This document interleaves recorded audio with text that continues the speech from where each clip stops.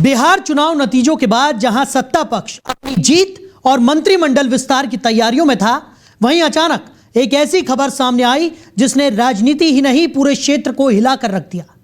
मोतिहारी के एक जाने माने वीआईपी नेता की हत्या, और इसके बाद सवाल उठे कि क्या सत्ता में आते ही क्राइम पर लगाम लगाने में सरकार नाकाम हो गई है? क्या है ये पूरा मामला? आइए आपको दिखाते हैं इस सनसनीखेज मर्डर मिस्ट्री की पूरी कहानी। बिहार चुनाव के नतीजे आते ही एक तरफ सत्ता पक्ष जीत का जश्न और मंत्रिमंडल विस्तार पर काम कर रहा था, लेकिन दूसरी तरफ एक ऐसी घटना हुई जिसने पूरे जिले में हलचल पैदा कर दी। ये कोई आम हत्या नहीं थी। मोतिहारी के एक नामी वीआईपी नेता कामेश्वर साहनी की हत्या कर दी गई। सवाल उठने लगे कि इतने बड़े मैंडेट के बाद भी क्या कानून व्यवस्था फेल हो चुकी है? हर तरफ यही चर्चा, कानून व्यवस्था कहां है? पुलिस पर दबाव, 24 घंटे के अंदर खुलासा चाहिए, वो भी पूरे देश के सामने। लेकिन जैसे ही पुलिस असल वजह तक पहुंची, मामला पूरी तरह बदल गया। यह किसी गैंगवार, किसी राजनीतिक द्वेष या पुरानी रंजिश से जुड़ा मर्डर नहीं था। जांच पुलिस को 15 साल पीछे ले गई, एक पुरानी कहानी की तरफ, जो आखिरकार 21 नवंबर 2025 की सुबह खून में तब्दील हुई। 21 नवंबर 2025 सुबह करीब 5 बजे दरपा थाना क्षेत्र के तिनकोनी गांव में कामेश्वर साहनी रोज की तरह शौचालय से लौटकर नल पर हाथ मुंह धो रहे थे। उन्हें पीछे किसी परछाई का एहसास हुआ। जैसे ही वो मुड़ते हैं, ठंडी ठंडी गोलियों की नली उनकी कनपटी पर सटी थी। कुछ ही सेकेंड और गोलियों की तड़तड़ाहट ने उनके प्राण खत्म कर दिए। घर के अंदर से उनकी बूढ़ी माँ दौड़ती हुई बाहर आती हैं और खून से लथपथ अपने बेटे का शव देख चीख उठती हैं, मेरे कामेश्वर को मार दिया रे। गांव वाले इकट्ठा, शोर, पुलिस पहुंचती है, नेताओं के फोन, प्रशासन की फटकार, पूरा जिला हाई अलर्ट पर।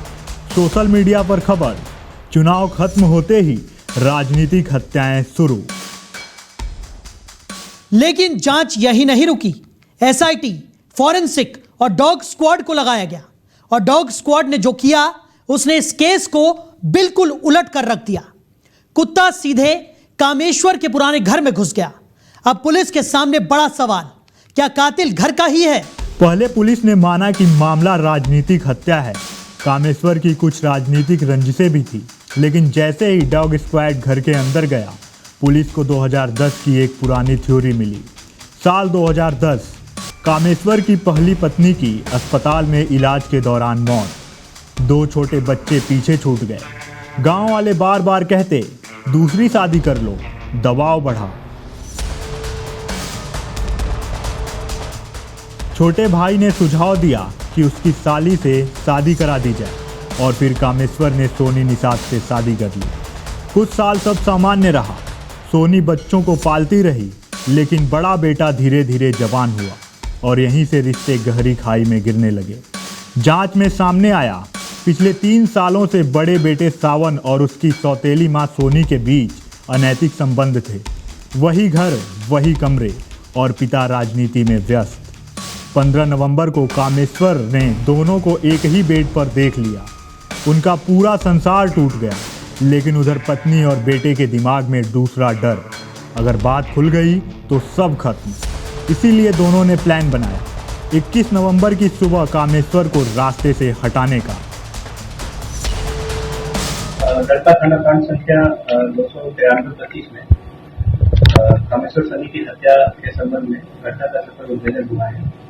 इस घटना के संबंध में अब तक की मिली प्रगति के आलोक में बताया जाता है कि घटना की जैसे ही जानकारी मिली, हमारी पूरा टीम जो है, पुलिस की टीम घटनास्थल पर पहुंचकर, जिसमें डीआईओ, एफएसएल, स्वान दस्ता व अन्य टीम शामिल थी, घटनास्थल पर पहुंचकर सभी साक्ष्य को एकत्रित किया गया।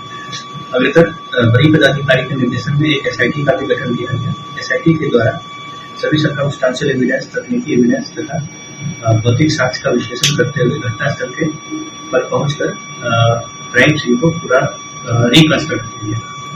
सभी जांच तथा अनुसंधान के उपरांत प्राथमिकी अभियुक्त विकास कुमार को श्यामपुर चौक सीतापुर से अध्यक्षा में लेते हुए पूछताछ किया गया।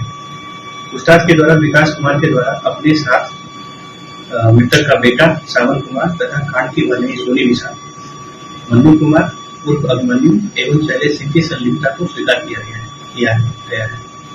उक्त बयान के आधार पर मृतक का बेटा सावन निषाद तथा मृतक की पत्नी वादिनी सोनी निषाद को गिरफ्तार किया गया। देर रात विशेष छापामारी के क्रम में घटना में प्रयुक्त पिस्टल सावन निषाद के घर से बरामद किया गया। हत्या के पीछे की वजह जो मृतक का बेटा सावन निषाद है और सोनी निषाद, इन सभी के बीच कुछ संबंध है और इसमें जो मन्नू कुमार हैं और विकास कुमार, उनका अपना मतलब पुराना कुछ रंजिश रहा है।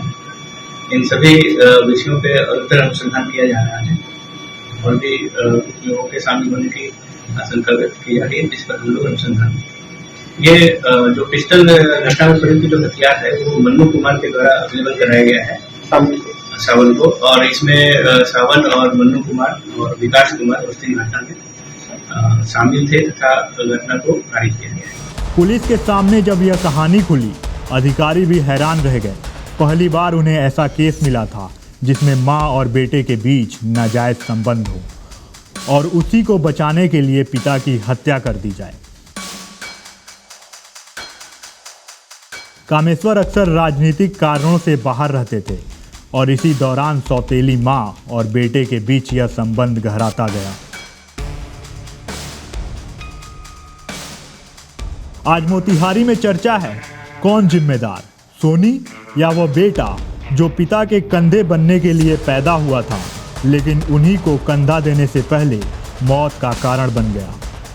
तो इस तरह एक राजनीतिक परिवार की कहानी 15 साल पुरानी एक घटना से शुरू होकर एक खौफनाक हत्या पर खत्म हो गई। कलयुग में रिश्तों का क्या रूप हो सकता है, इसका यह मामला जिंदा उदाहरण है। आप इस सनसनीखेज केस पर क्या सोचते हैं, कमेंट बॉक्स में जरूर लिखें। तो क्राइम का मकड़जाल में फिर मिलेंगे एक नई कहानी के साथ। नमस्कार।